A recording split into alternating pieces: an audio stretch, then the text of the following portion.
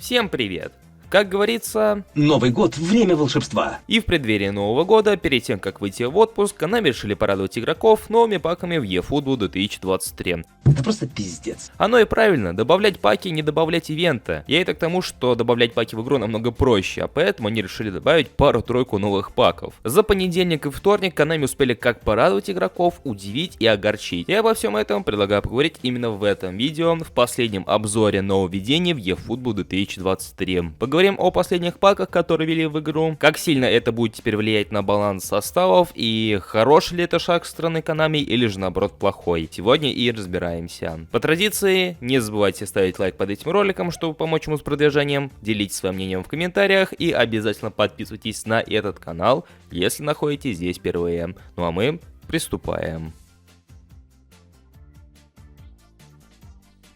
Итак, начнем по нарастающей. В понедельник в игре стал доступен пак «Сияющие звезды», который посвящен футболистам Мундиаля в Катаре. По большей части этот пак — это скорее сборка игроков из предыдущих команд недели, потому что так или иначе большинство из этих игроков уже присутствовали в, опять же, упомянутой команде недели. Но все внимание игроков было приковано именно к этому паку, потому что в нем ожидался Лионель Месси. А если вы следите за всеми паками в игре, то вы наверняка знаете, что еще ни в одном паке Лионель Месси не появлялся за время проведения чемпионата мира. И как раз таки этот пак, который вышел в понедельник, и должен был стать одним из таких. По итогу понедельник наступил, пак вышел, однако без Лионеля Месси. Стоит ли говорить, что после этого у многих игроков подгорела пятая точка? И после этого многие стали гадать, а что же такое случилось и где же аргентинец? По итогу на следующий день Konami вручили просто вот на ровном месте всем игрокам без исключений бесплатную версию Лионеля Месси, как раз таки из этого пака. Дизайн, конечно, немножко отличается, но это именно та карточка, которую мы и потеряли из пака «Сияющие звезды». Но это далеко не единственный сюрприз, которым Konami поделились во вторник, поскольку именно в этот день появился еще один пак, только с игроками из серии Big Time. Что примечательно, это игроки не прошлого, а именно что настоящего, и опять же из чемпионата мира. В новом Big Time'овском паке появились Лионель Месси, Килиан Мбаппе и Йошка Гвардиол. Если честно, как таковых предпосылок для этого пака не наблюдалось, да и учитывая, что с момента финала прошло уже около недели, этот пак стал,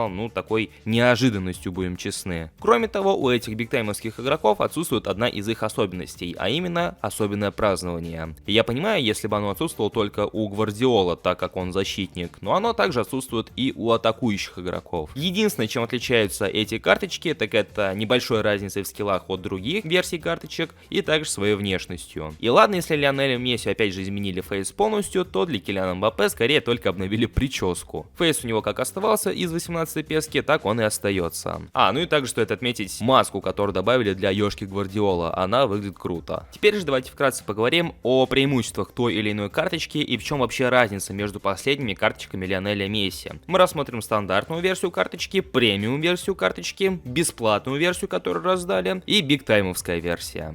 Так или иначе сказать, что какая-то карточка конкретно лучше во всех отношениях нельзя, потому что у одной эти скиллы подкручены, а у другой вот эти. Но стоит отметить, что у бигтаймовского Месси очень хорошо развита техника, дриблинг, контроль мяча и так далее, но крайне слабо с пасами. Самые наилучшие пасы у премиум Месси, точно так же как и дриблинг, уступает только бигтаймовскому, а так чуть ли не самый лучший из конкретно рассматриваемых версий. То есть можно с уверенностью отметить, что именно донатные версии Лионеля Месси, они выделяются на фоне бесплатной и версии ЗГП. Бесплатная версия Лионеля Месси из пака «Сияющие звезды» лучше стандартной версии по части подкрутки, баланса и ускорения, а так в принципе разница небольшая. Поэтому все те, у кого Лионель Месси отсутствовал до этого, не нужно будет тратиться на стандартного, потому что опять же, по сути так же как и стандартные ЗГПшки, только с небольшими преимуществами. Разве что бесплатному Лионелю Месси также можно поставить в минус его стиль игры, а именно оттягивающийся форвард, который на самом деле ни рыба, ни мясо. Но если попробовать его поставить на АПЗ, может получиться очень даже неплохо. Что же касается Мбаппе из этого же бигтаймовского пака, то он в принципе не сильнее своих предыдущих версий. Если особо не вдаваться в подробности, я бы сказал, что он где-то на уровне своей же версии из команды недели. Даже возможно, что версия команды недели будет посильнее, чем из бигтайма. Но опять же, учитывая, что внешность не сильно изменилась, отсутствует особенное празднование, я не вижу плюсов в этом Мбаппе. Ну и Йошка Гвардиол, у него не так много различных версий, и И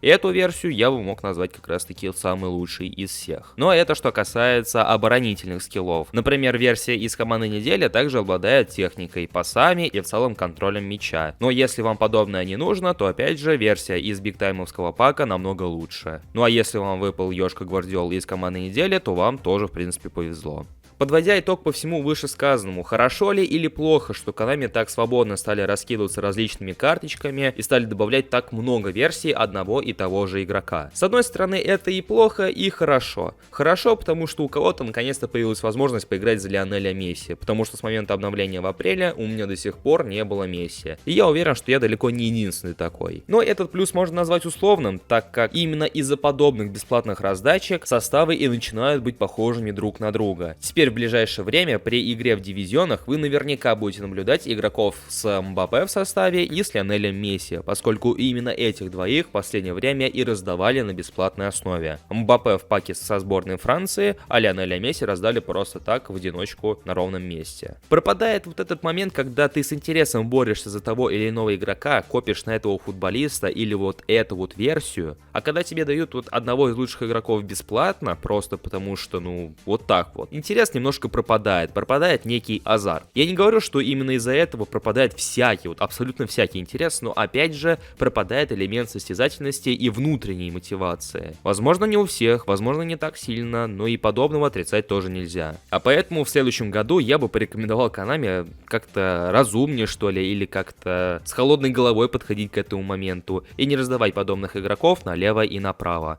Вот если бы они добавили какой-нибудь ивент, который нужно просто пройти, не потратив никакой валюты, вот тогда другое дело. Опять же, и платить не надо, и какой-то соревновательный интерес присутствует. Так сказать, двух зайцев одним выстрелом. Сказать проще, чем сделать, а поэтому, как всегда, все остается именно за Konami. Ну а что думаете вы, дорогие друзья? Довольны ли вы появлением Месси в своем составе? Будете ли его наигрывать в основе? Или же он у вас будет сидеть в запаске? Пишите в комментариях. Ну и как вам последний бигтаймовский пак? Понравился ли он? Открывали ли вы его? Или же не стали тратить на него свою голду? Также делитесь своим опытом в комментариях. Не забывайте поддерживать это видео своими лайками, канал подпиской и прожатым колокольчиком. Подписывайтесь на наши соцсети, ссылки на которые присутствуют в описании. А у меня на этом все. Я желаю вам удачи и приятной игры в eFootball. До скорых встреч, друзья!